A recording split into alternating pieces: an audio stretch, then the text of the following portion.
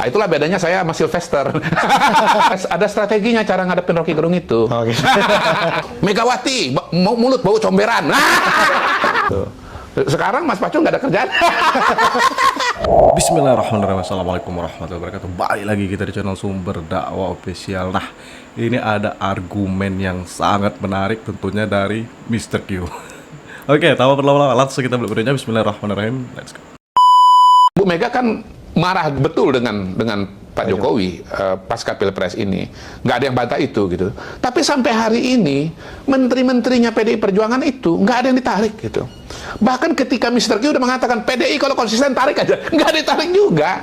Saya udah ngomong PDI itu kalau konsisten bahwa Pak Jokowi itu adalah kegelapan demokrasi, ya ini nggak benar, semua ini nggak benar. Tarik aja, jangan Anda menjadi bagian dari kegelapan itu. Nggak ditarik-tarik juga gitu loh. Alasannya kan mereka komitmen untuk mengawal pemerintahan sampai akhir. Nah, justru itu. Jadi pembela paling depan Pak Jokowi ini, kalau ada yang mau menjatuhkan, siapa? PDI Perjuangan tuh nggak termasuk di barisan itu, gitu. Jadi kalau nggak happy, nggak suka dengan Pak Jokowi, iya PDI Perjuangan. Beda dengan Gerindra yang happy ya, atau Golkar yang happy misalnya. Tetapi kalau misalnya bicara menurunkan Pak Jokowi, ini partai-partai politik itu semua satu garis batas gitu. Nah, pada titik itu juga saya mengatakan begini, demokrasi Indonesia itu sudah terkonsolidasi. Dalam pengertian apa? Bahwa elit-elit politik kita itu sebetulnya sudah punya satu pikiran yang sama. Bahwa misalnya masa jabatan presiden itu fixed term. Bahwa kita harus konsisten dengan sistem presidensial. Sistem politik Indonesia kan dari lama itu kan presidensial. Tapi pasca amandemen sebetulnya makin kuat karakteristik presidensialnya. Pertama fixed term. Tadinya kan apa namanya di tengah jalan bisa diturunkan misalnya. Tapi setelah amandemen itu ditambahkan proses-proses yang sangat panjang tuh, termasuk misalnya MK dan yang lain-lain yang membuat proses itu menjadi jauh lebih lama dan terutama jauh lebih sulit gitu. Sehingga kemudian akhirnya presiden itu makin kuat pasca amandemen konstitusi. Nah, jadi kalau kita review ya, bicara kondisi ekonomi, pertumbuhan ekonomi bagus. Kalau pertumbuhan ekonominya misalnya minus berapa? 8%, 10%. Kayak misalnya Mas tahun 98 kan? Iya. Pertumbuhan ekonomi kita kan negatif kan? Gitu. Nilai tukar kita memang melemah, tapi kan relatif masih terkendali gitu ya. Inflasi kita luar biasa pada waktu itu.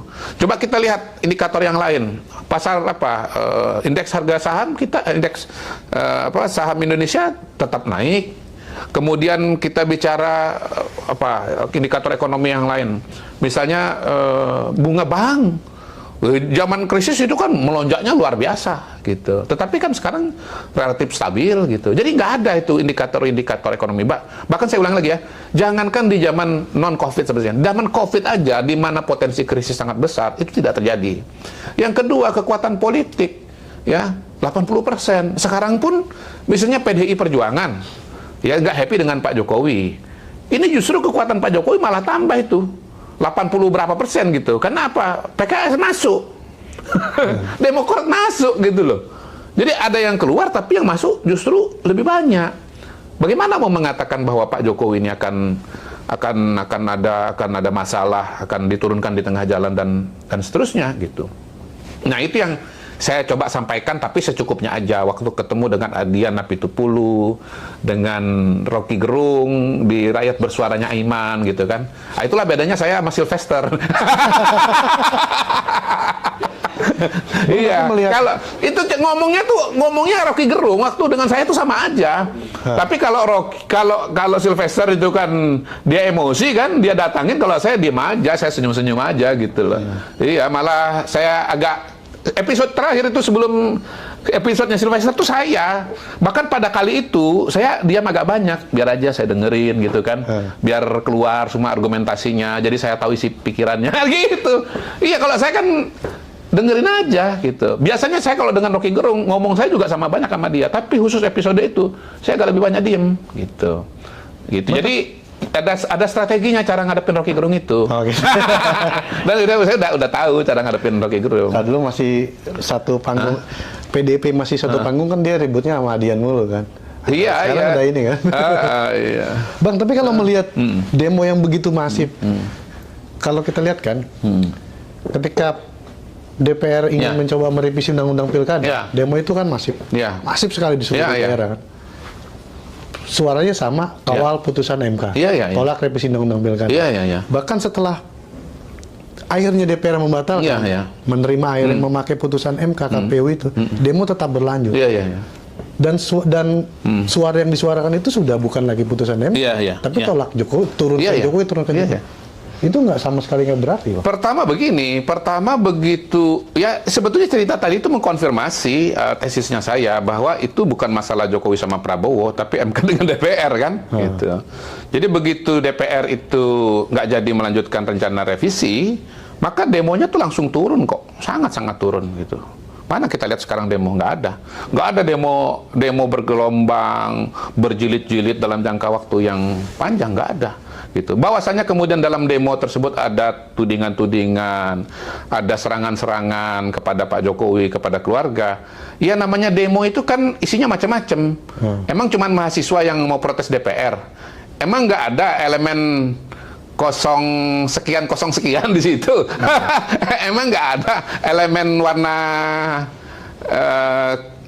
magic hubinyu di situ? Kan ada juga. Itu kan tumpah di situ gitu loh. Jadi ya memang ada fenomena ini juga. Pada waktu itu kan ada muncul postingan di medsos ya dari Mbak Irina misalnya yang kemudian membuat ada bahan lah untuk nyerang keluarga Pak Jokowi gitu. Ya pada hari ini sih saya kalau bicara hashtag misalnya, saya nggak ngeliat lagi tuh bicara soal demo protes kebijakan DPR, kawal MK, nggak ada. Kan sudah diakomodasi dan sudah diimplementasikan bahwa keputusan yang dipakai untuk pilkada itu adalah keputusan yang didasarkan kepada Mahkamah Konstitusi gitu. Bahkan pada hari ini mohon maaf, ya kita kan kedatangan yang teramat mulia Paus Fransiskus kan, aman nggak? Aman luar biasa. Karena itu juga kali Bang, isunya tertutup. Kalau saya balik. Kalau ini demo, mau paus yang datang, mohon maaf ya, mau siapapun yang datang, ya ribut-ribut aja gitu. Emang mahasiswa begitu ada paus langsung nggak datang, langsung nggak demo. Kalau memang isunya ada, ya demo aja.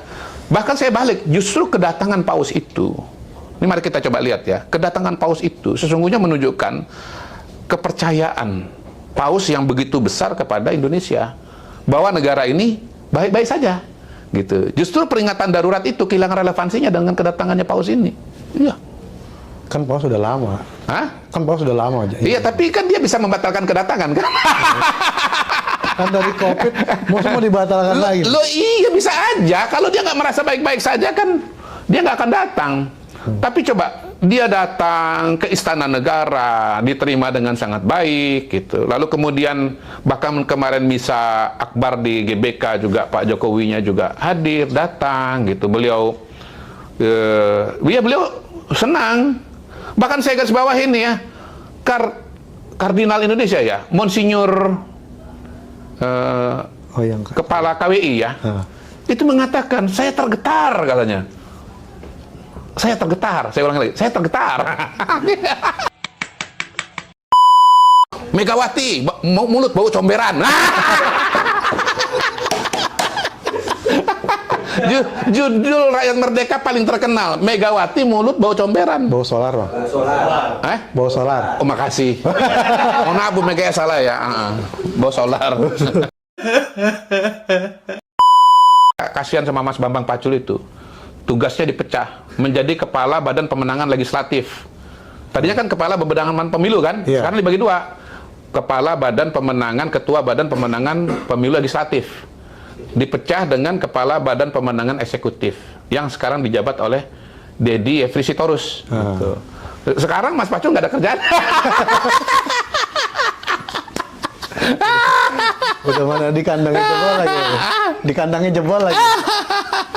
Kok jebol Mas? Sampai emang kok jebol? Kalah ya? Ya kan kemarin PDI kalah di Jawa Tengah ya? Kalah. Hah? Kalah lah. Kan hasilnya kalah memang. Oh, pemilu presiden. Oh, saya kira pilkada. Oh, kalau pilkada kalau pilkada Mas tahu PDI udah kalah, berarti Mas dukun dong. Oh. Iya. Mau nggak berani gitu, apalagi perang jenderal di sana kan. Iya. Bang, tapi dengan modal tingkat kepuasan publik, orang ini kan masih banyak yang penasaran. Kalau dari prediksi abang sendiri Pak Jokowi pasca 20 Oktober ini apa sih sebenarnya yang akan dilakukan Pak Jokowi? Apakah dia masih tetap akan di politik, tapi dia bukan orang partai politik, tidak tergabung dengan partai politik manapun? Sementara kayak Prabowo sendiri aja masih berapa kali kan melakukan menghormati Pak Jokowi. Wah, banyaklah sekali pujian dari Pak. Kalau menurut abang Pak Jokowi ini gimana sih posisi besok 20 Oktober pasca 20 Oktober? Kalau dari Pak Prabowo kan kita masih tunggu ya. Beliau misalnya punya desain atau rancangan apa untuk para mantan-mantan presiden. Kan ada bermacam-macam wacana yang pernah beredar di publik. Misalnya ada yang namanya Presidential Club, lalu Dewan Pertimbangan Agung, dan yang sudah ada kan misalnya adalah Dewan Penasihat Presiden gitu. Misalnya ada, kalau nggak jadi DPA, tapi Dewan Penasihat Presiden, tetapi mungkin wewenangnya misalnya diperluas, bajunya dirombak, misalnya begitu, kan bisa aja, kita nggak tahu. Tetapi kalau dari sisi Pak Jokowi, saya melihat beliau itu kan punya salah satu ciri khas yang unik sekali, yaitu para relawan. Nah, waktu Pak Jokowi itu terpilih sebagai presiden 2014, bahkan sebelumnya waktu dia di gubernur, muncul satu fenomena politik yang besar dalam politik Indonesia, yaitu fenomena voluntarisme atau kerelawanan. Gitu. Nah, relawan Pak Jokowi kan sampai sekarang kan masih sangat banyak dan masih sangat eksis. Mulai dari yang misalnya Projo, Bara JP, dan seterusnya banyak sekali. Kami sendiri juga, teman-teman termasuk saya, kita bikin namanya Rumah Juang Indonesia Emas gitu. Jadi kita tetap ada, tetap eksis, dan ya saya melihat kemungkinan bahwa Pak Jokowi akan katakanlah apa istilah yang tepat ya, ngemong ya. Mungkin ngemong ya, ngemong teman-teman ini, apalagi sekarang waktunya udah banyak untuk bagaimana yang namanya teman-teman relawan ini bisa dioptimalkan pengaruh dan perannya dalam proses-proses demokrasi, dalam proses-proses pembuatan kebijakan publik, memberikan dukungan kepada pemerintah. Nah, balik lagi tadi kan bahwa kita kalau bicara sistem pemerintahan ada eksekutif, legislatif, yudikatif, di luarnya ada media massa, ada civil society. Jadi barangkali Pak Jokowi selama ini dalam ranah eksekutif, bagian dari pemerintahan, begitu dia di luar, dia akan mengelola atau merawat, nah mungkin merawat istilah yang tepat, merawat civil society dalam bentuk relawan-relawan Pak Jokowi, barangkali. Ya. Nah, pokoknya sangat betul sekali kata Mr. Q. Tentunya Pak Jokowi makin lama makin banyak dicintai masyarakat Indonesia. Sebenarnya media sosial dengan media nyata itu kadang berdekatan dan ya bisa jadi juga sangat berjauhan, sangat tak sejalan kira-kira dengan realita dan fakta. Kira-kira coba kalian cek. Dulu kan anak abah atau pembenci Pak Jokowi menggoreng-goreng di saat dolar melonjak. Harganya sampai 16.500 kalau tidak salah. Nah, sekarang coba dicek berapa harga dolar hari ini. Itu sudah turun. Itu bayangkan itu turunnya 1.000 rupiah turun. Berarti itu kan menunjukkan keberhasilan Pak Jokowi. Di akhir masa jabatan beliau bisa menekan inflasi sampai 1.000 rupiah. Nah, itu di mana itu kira-kira anak abah? Pura-pura tidak lihat atau tidak tahu. Nah, jadi kita pahamlah permainan para pembenci Pak Jokowi. Ya, permainannya ya ingin terus menjatuhkan, iri hati melihat tingkat elektabilitas Pak Jokowi makin lama makin naik di akhir masa jabatan beliau. Mereka hanya mencari kesalahan, menggoreng-goreng kesalahan Pak Jokowi. Padahal prestasi beliau sangat banyak dan beliau manusia biasa, bukan malaikat atau manusia yang sempurna yang tidak pernah luput dari kesalahan. Dah, pokoknya selalu cerdas, jangan mau terpengaruh oleh anak abah, jangan mau termakan isu hoax, dan tentunya tetap kawal kemenangan Pak Prabowo dan Mas Gibran. Wabillahi taufiq wal hidayah. Wassalamualaikum warahmatullahi wabarakatuh.